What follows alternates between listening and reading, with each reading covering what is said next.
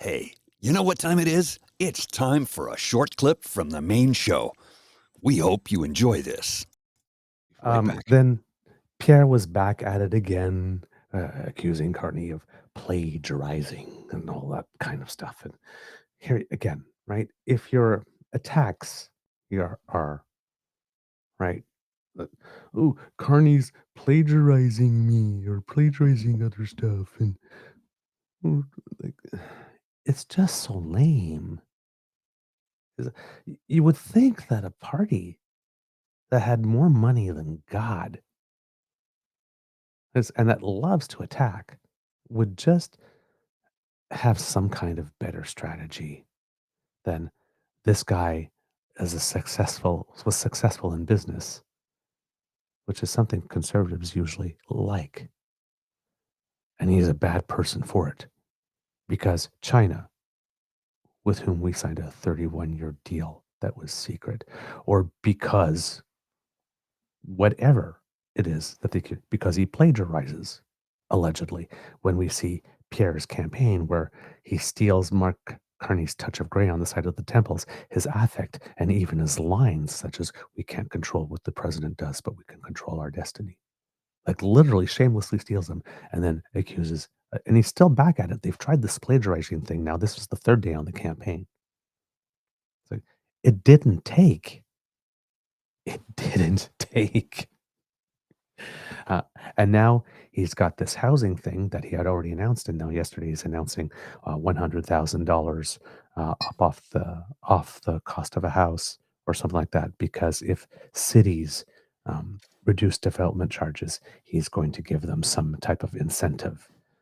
So he likes this carrot and stick type thing, right? If you don't do the things I do, I will retire. I'll pull back your funding. But if you do extra things, I'll give you a big building bonus. It's like everything's just like a game show. Right? It's not serious. So, and again, I keep on asking, where is all this money coming from?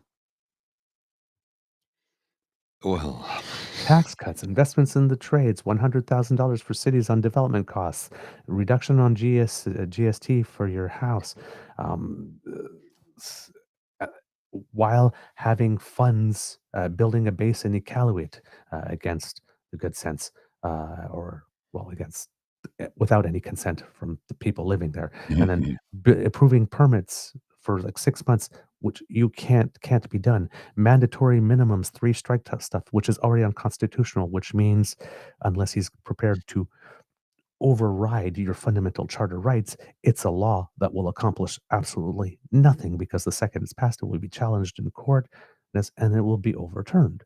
She's literally promising to do nothing. uh, if you follow it through. Um,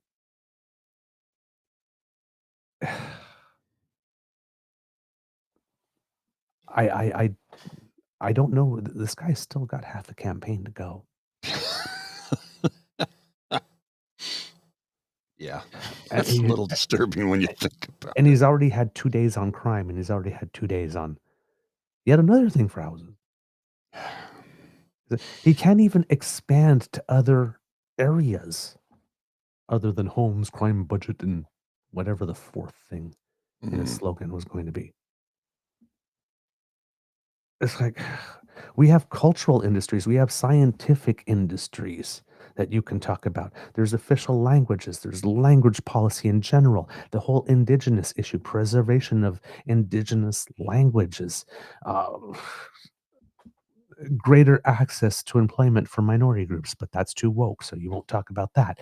There's, there are so many other issues. Like he doesn't want to build the tramway in Quebec, but says that he supports the third link. But there's no project proposal at all for the third link at the moment. He's there's so many subjects that he can touch upon to make our lives better, better increased food safety, all the stuff that's going on with the fishermen out on the East Coast. They've had plenty of protests. China's slapped a whole bunch of tariffs on seafood. They're having issues. He's got nothing to say about that, though. I mean, there's the Air Canada flight attendants were about to go on strike. Mhm. He could have said something about that. There's Nothing. so many issues you could talk about, but he only wants to talk about those 4 things. Well, and the thing that I find very interesting is how you've noticed that his party is trying to set themselves apart from Maple MAGA recently, Yeah. trying to pretend like it isn't a thing. Well, this is from. I'm going to show you this tweet from Laura Stone, and then we'll listen to the clip. It's only 36 seconds, so it's not long. But I don't know if you've seen this. Laura Stone says, standing outside the rally, 77-year-old Jose Goulart says organizers wouldn't let him in because his hat was MAGA. He says it's not he's a proud Canadian, but refused to take it off, so he can't go in. Like, what? He's not a okay. Let's. They wouldn't let you in with the hat? They don't let me. They let me if I take the hat off because they said it's MAGA. It has to do with Trump. It's nothing to do with Trump. I'm proud that I pay $50 for this hat. That's the only one in Canada, and they don't let me get in because I said make Canada great again. That's very disappointing. I see people come in with flags, with OVS name, and they don't let me go in unless I take the hat out. I decide not to. So they're really trying to divorce themselves from MAGA crowd right now, and this guy's got a Pierre Poilievre MAGA hat. Make Canada great again, Maple MAGA, right? No.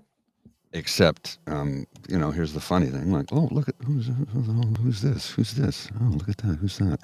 Oh, yeah. Who's that? That would be the campaign manager, Jenny Byrne. Huh. Yeah. Wearing a Make America Great hat. At least he had Make Canada Great Again. Yeah, at the very least, right? Right. So yeah, and here we go. The proof, right? They won't let a guy in with a Make Canada Great Again cap, but they let all those people in with the hoodies. Do you believe the polls?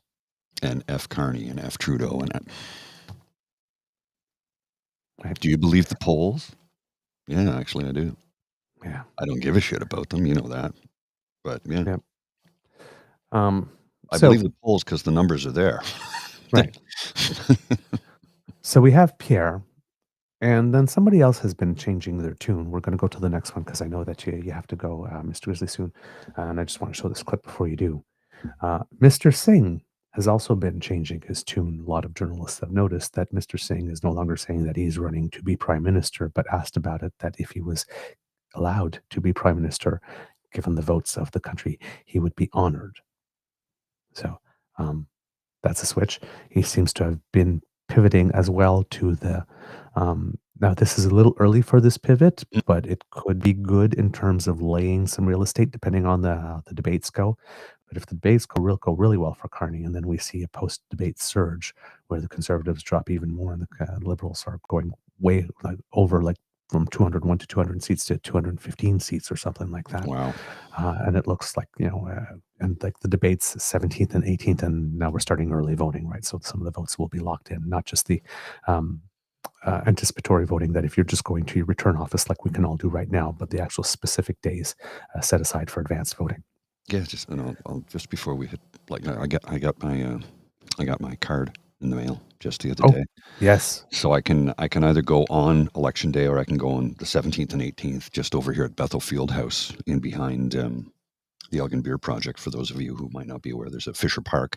I think it's Fisher Park, Bethel Field House in the park right on Frank Street there. So yeah, I think I'm going to go to the early poll so that on election day I can just chill. Yeah, the early polls I think will go from the 17th to the 21st, if I'm not mistaken. Yeah, and the election day with nothing on the 20th, I believe.